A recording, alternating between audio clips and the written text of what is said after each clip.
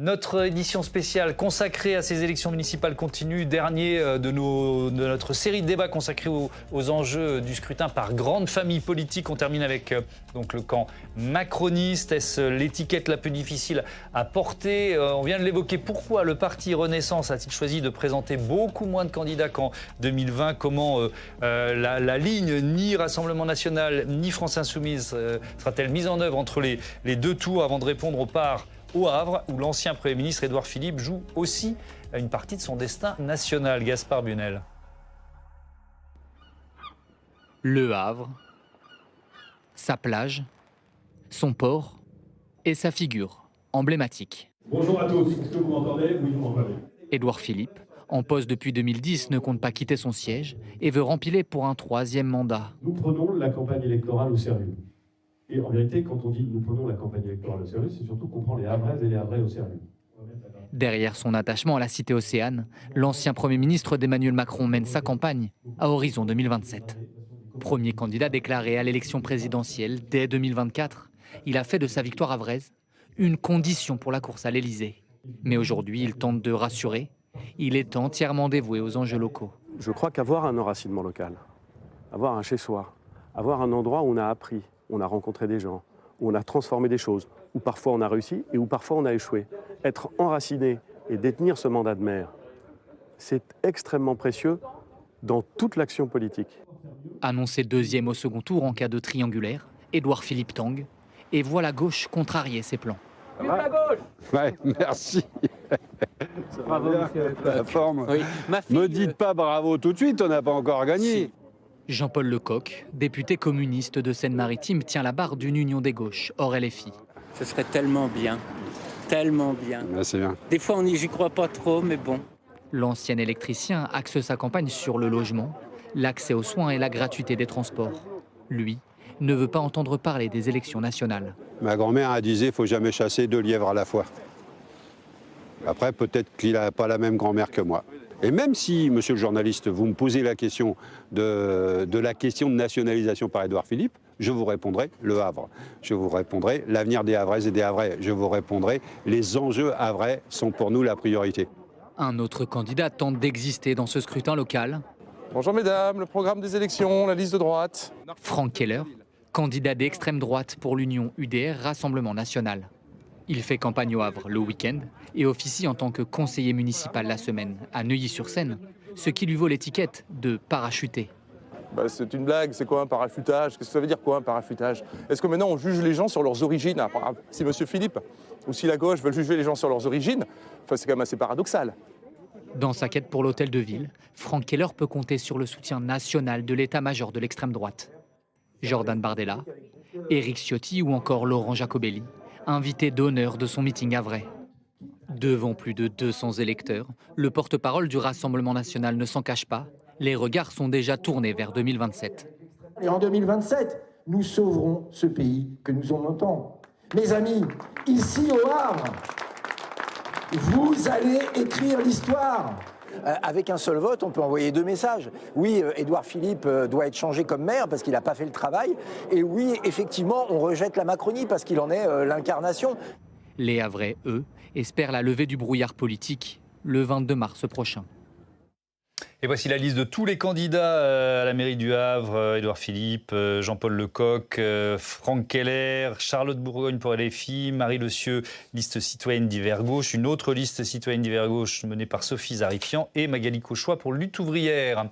C'est le second débat de ce sens public. On continue notre édition spéciale consacrée au municipal. Zoom sur les macronistes qui font profil bas. J'accueille Bérangère Bonte. Bonsoir, bienvenue. Vous êtes journaliste politique. Vous publiez Gabriel Attal, l'ange exterminateur. C'est aux éditions de l'Archipel. Et puis, vous présentez ce podcast dans l'hémicycle avec une thématique autour de l'étiquetage politique cette semaine. Ça tombe bien, on va en parler. Comment se fabrique le nuancier? John Christopher Roland, bonsoir, bienvenue. Vous êtes constitutionnaliste, maître de conférence à l'université Paris-Nanterre et co-auteur de Standard contre Standard, réflexion sur une catégorie juridique en droit public, édition L'Harmattan. Stéphane Zumseg, bonsoir. Bonsoir. Bienvenue à vous, directeur du département Politique et opinion à l'Institut de sondage Ipsos BVA et Jean-Sébastien Ferjou, évidemment. Et restez à mes côtés, directeur du site Atlantico, éditorialiste pour Sens Public. Bérangère Bond, vous avez aussi publié une biographie de celui qui est en photo derrière vous, Édouard Philippe. Le titre, si je me souviens bien, c'était Le Sioux. Oui. C'est ça, aux éditions de l'Archipel.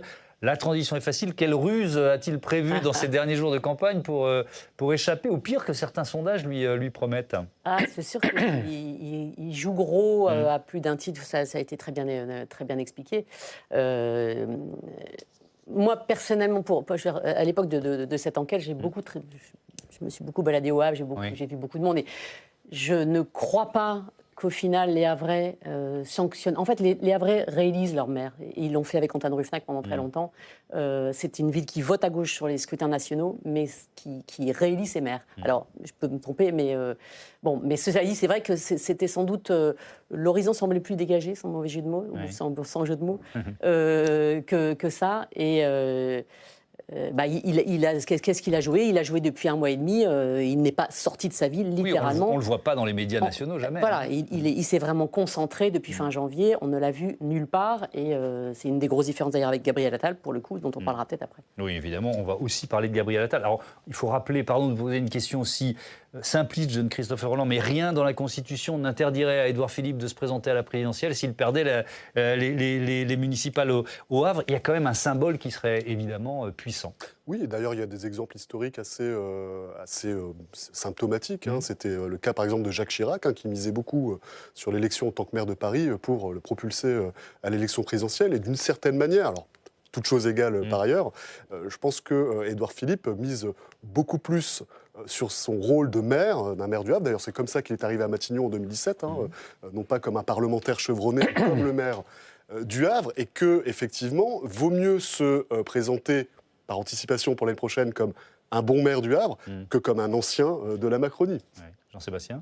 Je crois que la vraie épreuve pour Édouard Philippe, c'est Paris, c'est le choix politique. Oui, alors ça, on y revient plus tard. Là. Vous êtes en train de pour lui.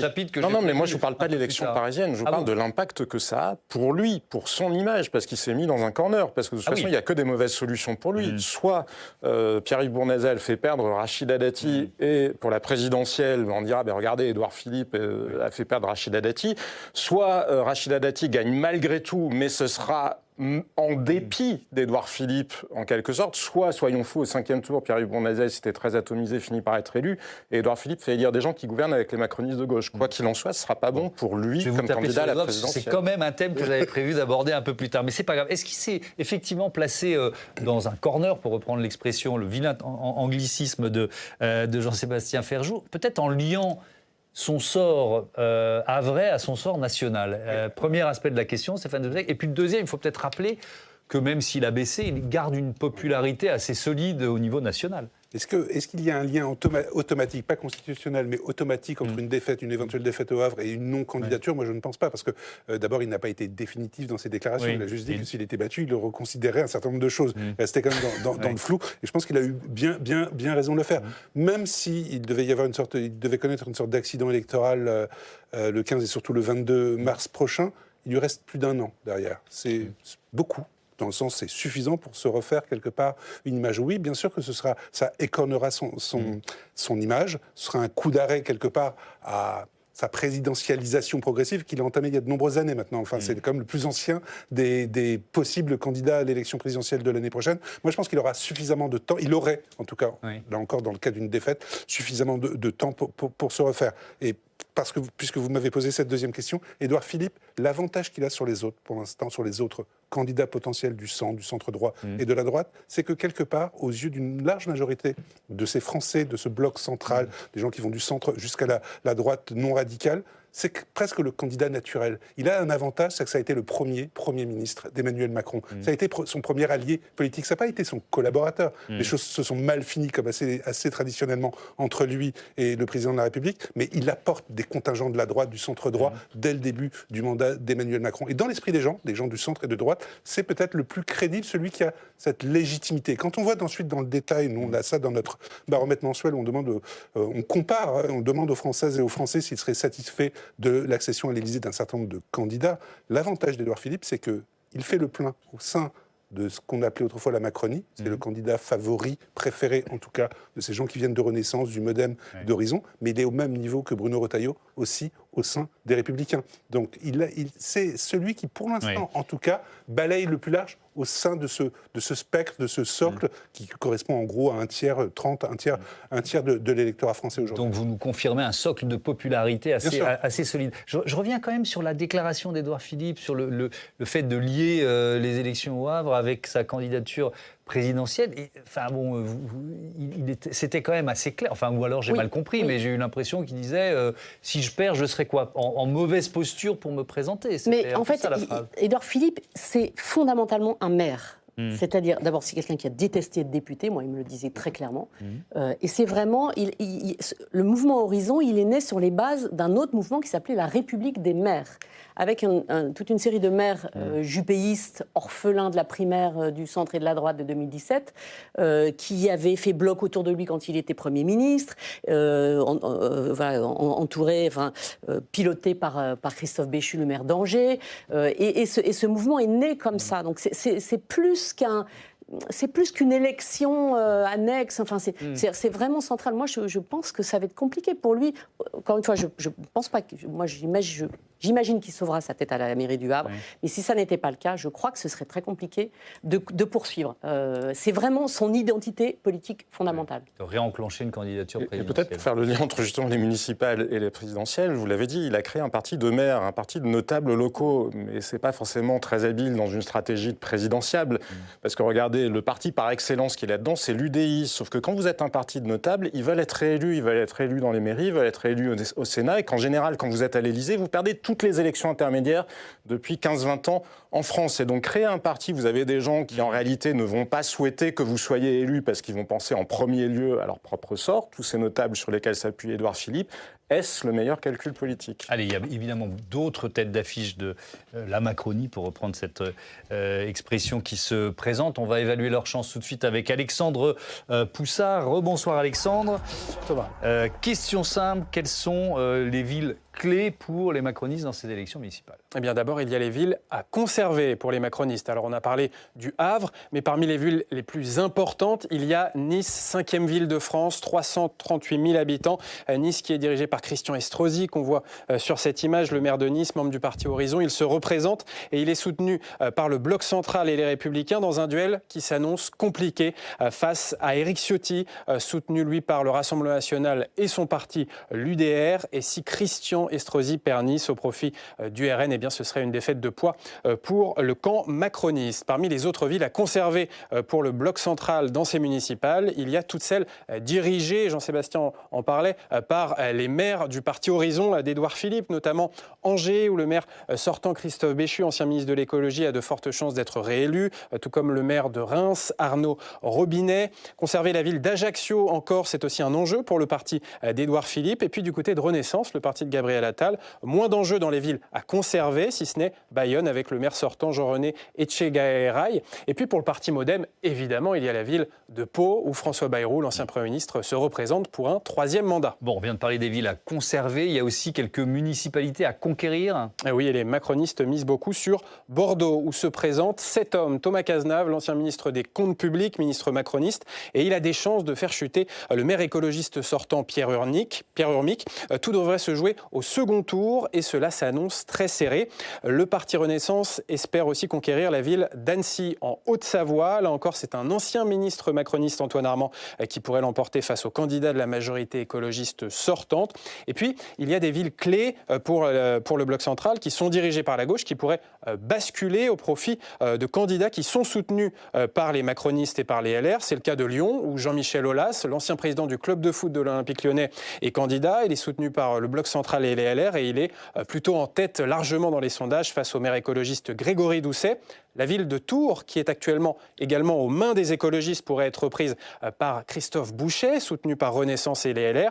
Et puis quand même, on a choisi de citer Paris comme ville clé pour les macronistes, car Rachida Dati, même si elle n'est pas soutenue par Renaissance et Horizon, elle est quand même soutenue par le MoDem. Et puis, c'était une ancienne ministre proche d'Emmanuel Macron. Donc, si elle prend la capitale à la gauche, le bloc central se réjouira de cette victoire. Merci beaucoup pour toutes ces informations, Alexandre. D'ailleurs, depuis le début de ce débat, John Christopher Land, on emploie ce terme macroniste. Mais est-ce que ça veut encore dire quelque chose ?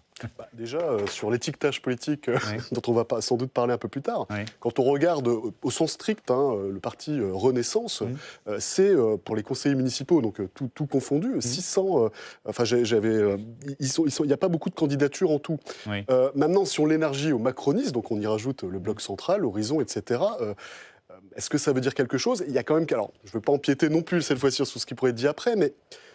On a dit de François Mitterrand disait plutôt que le centre n'était ni de gauche ni de gauche.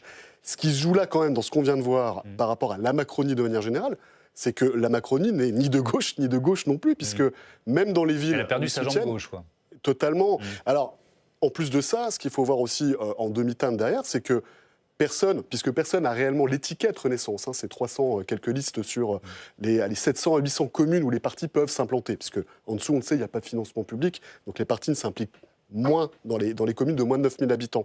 Ils ne se revendiquent pas macronistes. Et il y a un petit exemple qui est Dunkerque, la ville de Dunkerque. L'ancien ministre Patrice Vergrit, qui a été un précurseur du macronisme. Il a lancé un mouvement qui s'appelait Dunkerque en marche. Il a fait scission avec le maire historique Michel Delbar. Les mêmes méthodes, un peu à gauche, un peu à droite. Et lui, il est très favori à Dunkerque, mais il ne se revendique pas du tout. Oui, il n'y a pas l'étiquette. Bien sûr que non, parce que je pense qu'il y a le poids du bilan qui doit être délesté pour ces élections. Franck Riester, même cas, Coulommiers, qui est face à un candidat RN, et qui, la liste s'appelle Coulommiers avec vous, quelque chose comme ça, et le ministère de l'Intérieur, puisque c'est lui qui apporte la nuance, le classement d'une certaine façon, l'a mis divers centres. Mais il y a pléthore de listes qui sont divers centres, divers droite, divers gauche, peut-être encore plus qu'avant. Alors, pas d'ailleurs, peut-être que je me trompe. Sans trop s'étendre sur ces histoires d'étiquettes et de nuançage, comme on dit. C'est un peu perturbant pour les électeurs. D'abord, il y a le ministère de l'Intérieur nuance, comme ils disent, les candidats eux-mêmes et les listes.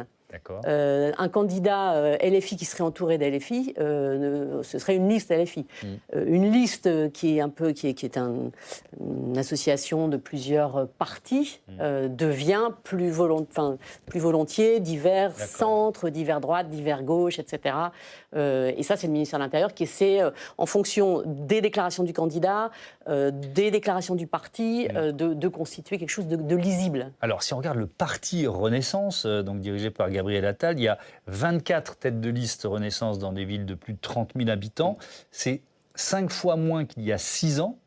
Et il y en a 5 seulement dans les villes de plus de 100 000 habitants, Bordeaux, Lille, Annecy, Metz et Mulhouse. Et c'était une vingtaine en 2020. Stéphane Zumsek, ça veut dire que il y a un choix d'effacement du parti Renaissance d'une certaine façon. Alors, est-ce que c'est un choix, est-ce que c'est une décision tactique, voire stratégique ? Ça serait à discuter. Oui, que Gabriel Attal, que le parti Renaissance souhaite enjamber ces municipales où il n'a que des coups à prendre, ou plus exactement, où il n'aurait que des coups à prendre s'il s'était présenté partout en tant que liste Renaissance. Probablement, il ne faut pas oublier une chose, il y a 6 ans, en 2020, c'est une déroute, c'est une catastrophe électorale pour Renaissance. Renaissance a des têtes de liste dans les très grandes villes. Notamment, il y a des maires déjà sortants. Dans un vote sanction, après 3 ans déjà dans un vote sanction où vous avez un certain nombre de maires ou d'équipes sortantes qui se représentent sur Renaissance alors qu'ils viennent du centre-gauche à l'époque. Ces villes-là sont perdues. Strasbourg, Besançon passent soit aux écologistes, soit... c'est notamment... en tout cas, sont perdues par les équipes sortantes. Donc c'est une catastrophe. Donc il y a forcément, je pense, une décision tactique, mais il y a aujourd'hui moins de listes avec des têtes de liste du parti présidentiel qu'il n'y a de liste Rassemblement National ou France Insoumise. C'est-à-dire les deux partis dont on a toujours dit, on dit depuis des décennies que ce scrutin ne lui est pas favorable. Je pense que là où la décision n'est pas forcément mauvaise, même si c'est un état de fait, c'est que de toute façon, là où il y aura, à l'exception peut-être des exemples que vous avez donnés Bordeaux-Annecy, mais là où une liste Renaissance se présentera toute seule, elle risque d'avoir des scores très bas, voire ridicules. Et ça, ce serait évidemment destructeur pour le parti et pour la construction de l'image présidentielle de Gabriel Attal. Mais le plus intéressant quand même, c'est que ces municipales sont un accélérateur de la fusion entre le centre et le centre droit. Quand vous décidez de vous effacer au profit, prenons Paris, de Bournazel qui vient d'Horizon, de Martine Vassal, ou de Jean-Michel Aulas pour Marseille et pour Lyon, pour ne citer que les 3 plus grandes villes françaises, mais c'est la même chose à Toulouse aussi d'ailleurs, c'est que quelque part, il se passe quelque chose de plus fondamental, c'est que l'espace du centre droit et des droites est en train de se recomposer. Je ne parle pas de l'extrême droite, je parle vraiment du centre et de la droite jusqu'aux Républicains. C'est l'un des constats d'échec des deux quinquennats d'Emmanuel Macron, quand même, Jean-Sébastien Ferjou. C'est l'absence d'ancrage local. Il n'aura absolument pas réussi. Oui, c'est pour ça qu'il y a sans doute un choix tactique peut-être de la part de Gabriel Attal, mais il y a aussi un choix subi, un choix contraint, parce que tout simplement, faute de combattants, qui est réellement une personnalité macroniste. Non, mais parce que tout simplement, ces gens n'existent pas. Le parti, justement, que ça a été En Marche, que ça a été Ensemble pour la République ou Renaissance ou la succession de noms, n'a jamais réussi à créer des fédérations, à susciter des militants. Ils n'ont pas réussi, justement, dans ce contexte où les autres partis étaient pourtant très abîmés, à se substituer. Et c'est aussi ça qu'on constate aujourd'hui, parce qu'on revient finalement, je ne sais pas si c'est une recomposition ou juste un retour à ce qui existait avant. Il y a un clivage gauche-droite qui est en train de se réinstaller au niveau local. Est-ce que ça sera le cas au niveau national? C'est une autre question. Mais au niveau local, c'est le cas. Cette question de l'étiquette Renaissance, elle a été posée par exemple à la candidate Renaissance à la mairie de Lille, Violette Spilibou. On l'écoute. Aujourd'hui, votre étiquette, c'est quoi finalement? Moi, c'est faire respirer Lille. En fait, c'est globalement bloc central. On a des gens de Renaissance, du Modem, d'Horizon et principalement dans la liste sans étiquette. Donc, on a plutôt des citoyens qui ne veulent plus entendre parler des partis politiques. Je vais vous dire, il y en a beaucoup qui sont déçus de tout ce qui s'est passé. C'est un carnage. Voilà, c'est ça. Carnage.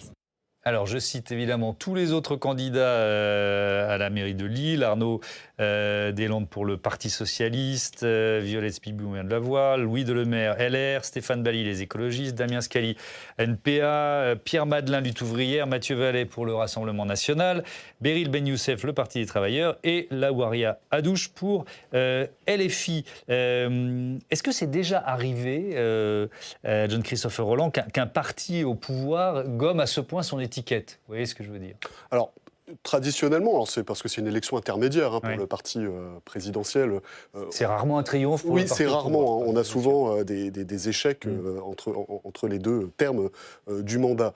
Le gommer à ce point, on le voit bien, même dans les villes où on pourrait considérer quand même, on vient de le voir avec Violette Spilibou à Lille, qu'ils assumeraient l'étiquette Renaissance, comme elle s'appelle aujourd'hui. Ils le feraient avec plaisir, ils ne le font pas. Et j'ajoute même que d'autres, qui ont été quand même partie prenante du projet macroniste depuis le départ, se sont rassemblés derrière un nouveau parti qui s'appelle La France Audacieuse, c'est-à-dire qu'ils cherchent même, si vous voulez, à prendre la tangente. Mais malheureusement, la réalité, pour certains, pas pour tous, mais les rattrapera sur leur participation à l'aventure macroniste. Donc, voilà, ça arrive souvent quand même, mais à ce point-là... Il y a combien de Français qui vivent dans une ville centriste aujourd'hui? C'est pas une colle, Bérangère Bonte. Non, alors c'est un comptage qu'a fait le CEDIPOF qui est assez intéressant. 5 millions d'habitants sont dans des villes gérées par le centre, versus 20 millions pour la droite, 17 millions pour la gauche.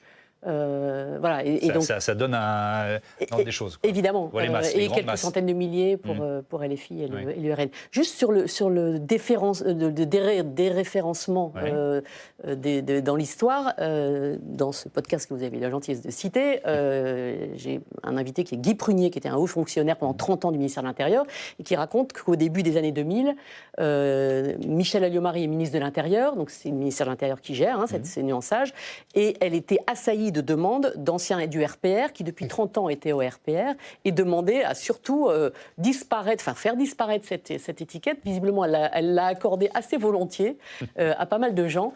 Mais donc c'est un sport qui revient épisodiquement sur des fins de période peut-être. Est-ce que ça complique le travail des instituts de sondage? Ce désétiquetage ou ce flou dans le... Non, pas spécialement. Ce qui complique notre travail dans le cadre bien spécifique de ces élections municipales, c'est qu'avant, il y avait une gauche, il y avait une droite, puis après le centre est apparu, puis le Rassemblement national est apparu. Là, cette fois-ci, il y a regardez la situation à Paris, mais ce n'est pas qu'à Paris. Vous avez, et l'exemple du Havre dont on parlait en introduction est le bon, vous avez le Rassemblement national, vous avez la France insoumise qui, dans plein de villes, n'ont pas existé, étaient présents, et n'ont pas été en mesure de se maintenir au second tour en 2020. Rappelons la règle, il faut 10% des suffrages exprimés. Cette fois-ci, on voit bien que dans toutes les mesures d'opinion, dans de très nombreuses mesures d'opinion, se pose la question de la présence ou pas des insoumis au second tour. Ils étaient faibles il y a 6 ans, ils sont plus forts aujourd'hui. Et ne parlons pas du Rassemblement national qui a toujours été très faible dans les centres-villes gentrifiés des grandes unités urbaines françaises et qui aujourd'hui sera, on le sait bien, sauf peut-être à Paris, au second tour. Ce qui rend compliqué, c'est de voir comment en partant de 2 forces, puis de 3 forces, comment vont se répartir les gens, et notamment au second tour, évidemment, parce que là encore, on n'a pas de visibilité. Personne ne sait qui va emporter ces élections municipales. Ce qu'on sait, à l'exception de Renaissance, parce qu'elle n'a que très très peu d'objectifs, tout le monde réclamera la victoire selon l'argument qu'elle a gagné telle ville ou qu'elle n'a pas perdu telle ville. Mais dans les faits, je pense que même au soir du premier tour, avec les résultats du premier tour, même à la veille du second tour, ce sera très très compliqué de donner une sorte de signification, de lisibilité politique à ce qui s'est passé, parce que pour la première fois, vous avez 2 forces, les Insoumis et le RN. Elles sont 2, c'est pour ça, c'est la première fois qu'il y en a 2, dont l'unique but est de nuire à son camp. Ouais. Et l'exemple du Havre en est la parfaite illustration. Si Édouard Philippe perd sa ville et donc perd une partie de son destin présidentiel, ce sera du fait de la gauche ou du candidat communiste ou du fait du Rassemblement national? Vous avez la réponse, nous avons tous la réponse. Et c'est ça qui rend les choses compliquées, c'est qu'aujourd'hui, chaque électeur va adopter une stratégie bien particulière parce qu'il y a bien plus d'enjeux de ma ville reste à droite ou passe à gauche ou vice-versa. C'est non, je réussis à faire chuter tel maire proche de mon camp en votant pour une liste un peu plus radicale. Elle est là la difficulté. Ouais. Dans un instant, on parle de cette consigne, ce ni Rassemblement National, ni France Insoumise que Gabriel Attal a rappelé, je crois que c'était lundi lors du bureau exécutif de Renaissance. Mais peut-être une question, parce qu'il y a certainement des téléspectateurs, des téléspectatrices qui disent « j'irai pas forcément voter, ça m'intéresse plus la politique, etc. » Il faut peut-être leur rappeler que ces maires-là, ils vont sans doute rester plus longtemps que les autres. Oui. Peut-être 7 ans au lieu de 6, c'est ça? Oui, parce que ça ferait intervenir les élections municipales en 2032 à quelques semaines avant, si vous voulez, les élections présidentielles. Et il y a un tropisme très français, je dirais, à ne pas vouloir brouiller les cartes. Alors souvent, on dit que c'est pour des raisons d'éviter l'abstention, parfois c'est par rapport à la complexité. Je rappelle quand même que lors des élections présidentielles aux États-Unis, parfois, dans certains endroits, les gens peuvent voter jusqu'à 20, 30 ou 40 élections différentes sur le même bulletin. J'ai presque envie de vous dire que si un Américain y arrive, en principe, un Français devrait y arriver. La participation est faible aux États-Unis. Oui, et puis les gens sont peu inscrits sur les listes électorales également. Mais ceci étant, il faudrait un jour qu'on en termine avec ce système parce que il y a... Contrairement à une idée reçue, il n'y a pas trop d'élections en France et il n'y a pas la règle de l'échéance prévisionnelle devrait s'appliquer. Hors Covid, c'était des circonstances, si vous voulez, assez exceptionnelles, mais c'est la même chose pour les départementales et les régionales. Ça rend les choses très longues et je ne sais pas, vous me coupez si j'empiète sur la suite, mais si on ajoute à ça en plus le taux de liste unique, avec donc une légitimité, c'est 68% de villes françaises, c'est ça. Et donc avec une démocratie locale qui est quand même, si vous voulez, en difficulté par rapport à ça. Alors il y a plein de raisons qui l'expliquent. Si en plus vous leur dites, c'est pas 6 ans, c'est 7 ans, il y a presque l'impression que ce sont des gens qui sont, si vous voulez, nommés pour gérer en bon père de famille ou en bonne mère de famille leur commune, mais qu'il n'y a plus d'enjeux démocratiques, alors que les élections locales, avec les intercommunalités qui vont avec, sont des enjeux majeurs. Et donc, c'est effectivement dommage de ne pas aller voter pour ces élections, si je puis me permettre. Et ben voilà, le message est passé. Donc, on parle de cette consigne alors, du bureau exécutif de Renaissance lundi soir, Gabriel Attal, qui dit « En cas de risque de basculement, je le cite, il faut qu'il y ait le moins possible de mairies, Rassemblement National ou LFI, car cela ferait du mal aux Français. » Voilà ce qu'a dit l'ancien Premier ministre, Jean-Sébastien Ferjou. C'est le retour du ni-ni, mais alors vous nous dites qu'il y a un troisième ni. Oui, ni. Il y a un ni caché, ni RN, ni LFI, ni projet politique, ou en tout cas ni projet politique clair en quelque sorte. Parce que quand vous passez votre temps à vous définir en creux par rapport aux autres, vous n'êtes pas en train de parler de vous. D'autant qu'on le voit depuis 10 ans, après l'élection d'Emmanuel Macron, le dépassement du clivage gauche-droite et le fameux en même temps n'ont pas produit de doctrine politique véritablement identifiable. Aucun creuset sociologique non plus, au-delà de coalitions électorales, un peu plus de circonstances, c'est probablement plus fait d'électeurs qui s'unissaient sur le fait de ne pas vouloir les autres, plus qu'ils ne s'unissaient sur une vision du monde en soi. Plus profondément, et au-delà d'avoir ou pas un ADN politique, je trouve que le macronisme a révélé une matrice intellectuelle très teintée de saint-simonisme. Vous savez, cette vision du monde où ce sont les experts, les gestionnaires qui ont vocation à gouverner, à se substituer à ce que peut produire l'affrontement démocratique dans les élections. Sauf que là encore, même malheureusement, un certain nombre d'indicateurs sont là pour nous montrer que cette gestion, elle est jugée très sévèrement par les Français sur beaucoup de critères. Et pire encore, à mon sens, le macronisme a péché non seulement par arrogance, mais par une forme de déni inconscient, en quelque sorte, de démocratie, parce qu'à force de dire que vous incarnez le monopole de la raison, vous contestez en quelque sorte le principe même, l'utilité, la légitimité de l'alternance. Et tout ça mis ensemble, on est très loin des enjeux d'une élection municipale, parce que dans une élection municipale, les Français, ce qu'ils attendent, c'est en général du concret. Et il y a moins de 10% des Français qui disent que leur critère premier, c'est l'étiquette politique. Ce qu'ils veulent, c'est justement un projet. Oui, alors, et si on revient à ce discours de barrage, le nini, est-ce qu'il fonctionne encore? Est-ce que les électeurs suivent ou pas, d'ailleurs, ces consignes? Non, de moins en moins. C'est une évolution profonde de la démocratie française. De la même manière, d'ailleurs, qu'il y a moins de primo-sortants dans ces municipales qu'il y en avait avant. Les électeurs sont aujourd'hui beaucoup plus émancipés des appareils politiques. Et une enquête ELAB qui le montrait récemment, près de 3/4 des Français disent ne pas suivre les consignes de vote des partis. Et c'est aussi le cas de 70% des électeurs de la majorité présidentielle. Donc, autrement dit, les mots d'ordre venus d'en haut ont de moins en moins d'effet. Et puis il y a aussi une autre évolution qui est la lassitude. Ça fait un certain temps que les gens ont l'impression de voter plus pour faire barrage, encore une fois, que pour ne sélectionner un projet auquel ils croient vraiment. Ça produit une forme de fatigue démocratique, probablement aussi d'abstention et de scepticisme par rapport à cette manière très morale de faire de la politique, plutôt que de s'intéresser à leur propre vie. Je crois que les Français savent très bien ce qu'ils pensent des extrêmes. Ils n'ont pas besoin de tuteurs ni qu'on leur rappelle à chaque élection qui est bon et qui est mauvais. Et que la démocratie, c'est aussi accepter le risque qui se joue dans l'urne. Merci beaucoup, Jean-Sébastien. Sur cette émancipation des appareils politiques, Stéphane Dubsec, votre avis? Oui, les consignes nationales ne servent plus à grand-chose. Les partis ont de plus en plus mauvaise presse, y compris auprès des Français les plus politisés, y compris ceux qu'on appelle les sympathisants socialistes, sympathisants LR, sympathisants LR, par exemple. Donc ça veut dire que le nini de Gabriel Attal, il ne sera pas forcément suivi par les électeurs centristes ou Renaissance? Il faut se rappeler d'une chose, je pense, quand vous êtes à gauche, vous voulez que la gauche gagne une élection. En l'occurrence, parlons des municipales. Quand vous êtes à droite, vous voulez que la droite gagne les élections municipales. Si la question est de savoir que la gauche soit irréconciliable, qu'elle soit déchirée au niveau des appareils, même que des sympathisants socialistes, prenons l'exemple de Paris, que des sympathisants socialistes ou écologistes n'aiment pas Jean-Luc Mélenchon et trouvent que les Insoumis vont trop loin. Est-ce que pour autant, ils refuseraient un éventuel soutien des Insoumis pour un second tour? Non, l'objectif c'est de battre Rachida Dati. Même chose à Marseille. Si l'on s'oriente probablement vers un duel entre le RN et la liste de Benoît Payan, c'est-à-dire la gauche non insoumise. Est-ce que véritablement vous pensez que les électeurs de gauche vont refuser le soutien de bataillons d'un parti qui vient de la gauche, où il y a il y a des vraies fractures, mais l'opinion est moins fracturée que les appareils. Ce qui compte, c'est de battre. Pour un électeur qui vote Emmanuel Grégoire au premier tour, ce qui compte, c'est de battre Rachida Dati. C'est tout. C'est tout simple. Pour un électeur de Benoît Payan, il faut faire barrage au Rassemblement national. Donc, en supposant qu'il y ait un soutien des Insoumis au second tour dans toutes ces villes-là, il n'y aura pas de levée de bouclier de la part des électeurs du centre-gauche. De la même manière, les Insoumis suivront aussi, parce que battre la droite ou battre l'extrême droite dans certaines villes, c'est quelque chose qui fonctionnera.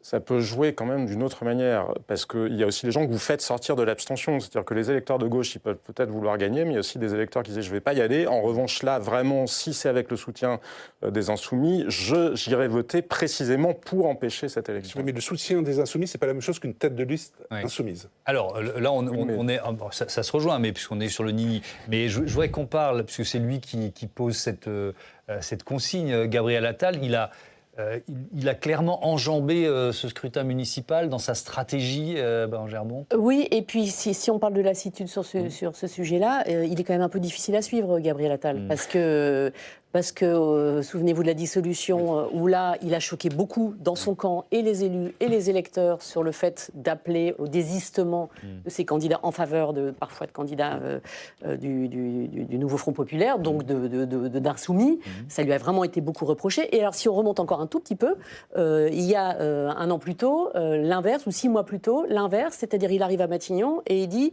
« le RN et LFI sont tous les deux dans l'arc républicain ». Allez comprendre quelque chose, quand vous êtes électeur, franchement, c'est difficile à suivre. Quoi. Oui, John-Christophe Roth. Moi, je voulais juste dire que je trouve qu'il y a danger quand même à faire cette symétrie. Je parle de Gabriel Attal, entre ce qu'il appelle les extrêmes, d'autant qu'il y intègre évidemment LFI. Et il est vrai que la récente circulaire du ministère de l'Intérieur, qui a étiqueté, n'y est pas étrangère en fait, de les mettre LFI finalement... est considéré d'extrême gauche. Oui, mais parce que les alliances pour le premier tour, effectivement, montraient un agrégat qui était plutôt fait en faveur, si vous voulez, de la scission entre la gauche de gouvernement et LFI. En réalité, on verra bien au deuxième tour. Moi, je suis assez d'accord. Je pense qu'il y aura des véritables alliances, si ce n'est formelles, au moins informelle. Et surtout, je trouve que cette symétrie, sans prendre parti, elle est un petit peu exagérée et un petit peu anticipée, parce que quand même, voilà un parti qu'ils ont combattu pendant plus de 50 ans maintenant, parce qu'il y a des aspects, la préférence nationale, etc. Et tout à coup, je ne nie pas évidemment les outrances qu'il y a pu avoir, notamment chez LFI, mais je trouve que cette symétrie qui apparaît de manière tout à fait opportune aussi rapidement, mais c'est probablement parce que c'est ce que ressentent un certain nombre d'électeurs. Et l'actualité récente l'a fait, notamment la mort tragique de Quentin Derengue. Et c'est là où on voit qu'il y a quand même une différence entre la manière dont les électeurs de gauche se comportent. Ils n'ont pas intériorisé, justement, eux, l'intimidation en leur disant attention, parce que quand même, là, c'est de l'antisémitisme. Là, c'est un parti qui n'a pas l'air de beaucoup respecter, y compris la dignité de la personne humaine, qui défend jusqu'à la violence, l'usage de la violence en politique. Parce que moi, je veux bien qu'on qualifie ça d'outrance, mais enfin, pardon, dans une démocratie, ça me paraît très, très en dehors du champ républicain, ce qu'a fait Jean-Luc Mélenchon ces dernières semaines, et des électeurs de droite qui, eux, justement, ont intériorisé que l'extrême droite, ils ne voulaient pas s'allier avec eux, et qu'il n'y a eu quasiment aucune alliance dans des élections ni locales ni nationales depuis 50 ans. Je voulais juste dire que François Hollande a été élu sur la dissolution en même temps que Raphaël Arnaud. Ça ne lui avait pas posé de problème. Et tout à coup, si vous voulez... Mais c'est une vraie question. Alors, je voudrais qu'on termine, même si vous en avez parlé tout à l'heure, par on l'a un peu évoqué, la question parisienne. Parce que ce qui est intéressant quand on parle du camp présidentiel, c'est cette idée, c'est logique avec les étiquettes qui sont de plus en plus gommées, de victoire par procuration. On pourrait citer l'exemple de Lyon, on pourrait citer évidemment l'exemple de Rachida Dati à Paris ou de Christophe Boucher à Tours. Paris, tiens, on va y consacrer quelques minutes. L'ancienne ministre de la Culture, elle vise régulièrement son principal concurrent, le socialiste Emmanuel Grégoire. Écoutez. Grégoire, c'est Hidalgo en pire.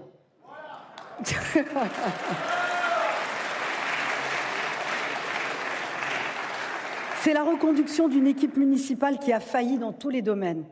Celle de Yann Brossat, qui rêve de préempter tous les immeubles, votre immeuble, pour le transformer en logement social. Celle de David Béliard, qui est à l'origine du chaos dans l'espace public. Et vous connaissez la formule. Je cite les autres candidats. Thierry Mariani pour le Rassemblement national UDR, Sarah Knafo, Reconquête, Rachida Dati, l'entente, Pierre-Yves Bournazel, Union centriste, Emmanuel Grégoire pour l'Union des gauches, Blandine Chauvel, NPA, Sophia Chikirou, la France insoumise, Marielle Saunier, Lutte ouvrière, Maël Pierre, Guimbaud, Parti des travailleurs. Je l'ai déjà fait tout à l'heure, mais je suis obligé de le faire à chaque fois que je donne la parole à un candidat dans une ville. Rachida Dati qui est soutenue par Emmanuel Macron, peut-être par Édouard Philippe, on verra bien. Est-ce que les Parisiens qui ont voté Macron à la présidentielle, ils vont forcément voter Dati ? Non, pas forcément. Très clairement. Même si l'électorat d'Emmanuel Macron, l'électorat de 2017, comparé à celui de 2022, on voit qu'il y a une droitisation, non pas des électorats, mais presque une substitution en partie, en tout cas, de l'électorat. En 2017, Emmanuel Macron est élu par plus de gens de gauche, centre-gauche, que de gens de droite. Si Benoît Hamon est à 6% à l'époque, c'est bien que ces électeurs sont allés voter ailleurs, en l'occurrence pour Emmanuel Macron. Petit à petit, des gens de la droite ont rejoint Emmanuel Macron, mais les gens de la gauche, ceux qui venaient de la gauche, ont un petit peu abandonné pour aller vers, par exemple, Raphaël Glucksmann lors des dernières élections européennes en 2024. Donc non, ce ne sont pas les mêmes, mais... C'est ça qui est intéressant à Paris, c'est que, là encore, on parlait de lisibilité. Pour Renaissance, ça va être un vrai casse-tête parce que Gabriel Attal n'a pas de tête de liste à Paris. Renaissance n'a pas de tête de liste. C'est la décision de Pierre-Yves Bournazel ou d'Édouard Philippe, comme vous voulez. Ce sont eux qui décideront d'un ralliement ou d'un non-ralliement, en l'occurrence à Rachida Dati, s'il y a ralliement en faveur de quelqu'un. Ce sera encore plus compliqué pour Gabriel Attal. Parce que s'il a décidé de rejoindre Pierre-Yves Bournazel, c'est bien qu'il ne savait pas quoi faire. En tout cas, il ne s'agissait pas de rallier une candidate LR. Si Renaissance se retrouvait dans une situation où le candidat qu'il a soutenu au premier tour se rallie et soutient Rachida Dati, mettez-vous à la place d'un électeur du centre, d'un électeur macroniste, il en reste, à Paris, en disant mais où est-ce qu'on va ? Je ne comprends pas du tout ce que l'on fait. D'autant que la liste de Rachida Dati, numéro 2, Sylvain Maillard, qui vient justement de chez Renaissance, numéro 3, Maud Gattel du MoDem, et numéro 4, Éric Schall de l'UDI. Donc c'est aussi quand même une liste qu'on pourrait qualifier de centre-droit. Pierre-Yves Bournazel, c'est un proche d'Édouard Philippe Oui. Ce qui rend d'ailleurs la question particulièrement compliquée, puisqu'il a dit qu'il refusait toute alliance, et Édouard Philippe l'a désavoué assez rapidement. C'est ça, à l'instant où Pierre-Yves Bournazel a tout d'un coup pris son courage à deux mains et a dit clairement qu'il ne désisterait pour aucun des deux, Édouard Philippe a instantanément compris le danger. C'est-à-dire, Édouard Philippe, il a besoin d'un début d'union de ce centre et de cette droite dans la perspective de 2027, clairement. Et donc, une défaite de Rachida Dati serait... non pas qu'il la porte dans son cœur, hein, mais effectivement, ce serait un échec pour Horizon. Que les choses soient claires, c'est ça, politiquement et même bien humainement. Sûr. Ce serait un échec pour Horizon, mais ce serait aussi difficile. Et on a entendu des Jean-Pierre Raffarin, des Jean-François Copé, des Gérard Larcher, tous appelés depuis quelques jours, quelques semaines, clairement à soutenir Rachida Dati. C'est des gens dont Édouard Philippe aura besoin l'année prochaine. Oui, effectivement. Et donc, ça sera éclairant, là, ce qui va se passer, John-Christophe Orlan, sur justement ce que vous disiez tout à l'heure, la stratégie nationale d'Édouard Philippe, là, ce qui va se passer entre les deux tours à Paris, autour de Pierre-Yves Bournazel. Effectivement. D'ailleurs, de manière générale, les municipales, hélas, j'ai envie de vous dire, finalement, sont souvent des loupes pour la politique nationale. Donc, en tout cas, dans les grandes villes. Exactement. Et donc, on se concentre beaucoup sur les grandes villes. Maintenant, ce qui va être intéressant, c'est entre les deux tours, parce que je pense instinctivement à quelqu'un comme Clément Beaune, par exemple, sur la liste de Bournazel. Moi, je l'ai entendu quand même très régulièrement dire qu'il ne mettait pas de signe égal en plus entre les deux. Quelle sera la réaction ? Si vous voulez, soit on va vers encore plus le reste, ce qui restera, les vestiges du macronisme sont définitivement de droite, soit effectivement on va assister, alors dans le maigre champ, le maigre spectre qui reste du macronisme, à une nouvelle scission, donc une scission avec eux-mêmes, ce qui les rendrait encore plus, si vous voulez, dilués. C'est très compliqué. Par procuration, Stéphane Zumtheg, ou défaite par procuration. Par procuration. Non, mais si on parle si c'est Jean-Michel Aulas à Lyon, il va y avoir beaucoup d'un seul coup de pairs qui vont revendiquer la victoire. Ça va être drôle. Une formidable victoire pour les Républicains, une formidable victoire pour Horizon, une formidable victoire pour Renaissance. Oui. Voilà. Mais c'est ce que je disais tout à l'heure, tout le monde va réclamer la victoire. Il suffira qu'un parti, regardez les Insoumis, dirigent très très peu de villes, aucune grande ville. S'ils n'en gagnent ne serait-ce qu'une, ils se déclareront vainqueurs. Imaginons Roubaix, dont vous parliez aujourd'hui, ou Saint-Denis, eh bien, on parlera d'une grande victoire. Et ce sera la même chose pour tous les partis. Si le Parti socialiste garde Paris, je rappelle juste que Paris est une ville profondément de gauche aujourd'hui, au scrutin national. Donc Emmanuel Grégoire, aujourd'hui, on peut se tromper, reste malgré tout le favori. On parle beaucoup de Rachida Dati, de Pierre-Yves Bournazel. Emmanuel Grégoire, sur la base des mesures d'intention de vote qui ont été réalisées récemment, est quand même favori. Mais oui, tout le monde réclamera. Il n'y aura que Renaissance qui ne pourra pas parler de victoire parce qu'ils n'auront conservé... Mais est-ce que ça intéressera un électeur, justement, que ces partis... Non, mais réellement, est-ce que les électeurs, ça les intéresse qu'on leur dise j'ai gagné, j'ai perdu, machin, etc. Enfin, ils sont assez grands pour se faire un avis, je pense, par eux-mêmes, assez grands pour savoir plus ou moins pour qui pourrait voter, assez grands pour se repérer aussi, d'ailleurs, dans ces espèces de lignes assez étranges, parce que bien malin, celui qui est capable de comprendre ce qu'est la droite, le centre-droit à Paris, notamment. Je pense que les gens, ce qui les intéresse, c'est quand même ce que je vous disais tout à l'heure, un projet, une vision, pas juste qu'on se substitue à eux en leur disant vous êtes mineurs, il faut vous dire là où vous posez votre bulletin. Allez, on termine là-dessus. Merci beaucoup à tous d'avoir participé à ce débat. Je vais rappeler, j'ai pas mal de choses à dire. Le titre de votre livre, Bérengère Bond, Gabriel Attal, L'Ange Exterminateur, c'est aux éditions de l'Archipel. Et puis il y a ce podcast intitulé Dans l'hémicycle, John Christopher. Alors c'est pour les passionnés de droit public. Mais j'en ai bientôt un nouveau, promis. Ah ben c'est bien parce que moi je suis standard contre standard, réflexion sur une catégorie de droit public. Bon, je suis sûr qu'on a plein de téléspectateurs passionnés de droit public, mais voilà, c'est aux éditions. J'ai quelque chose de L'Harmattan.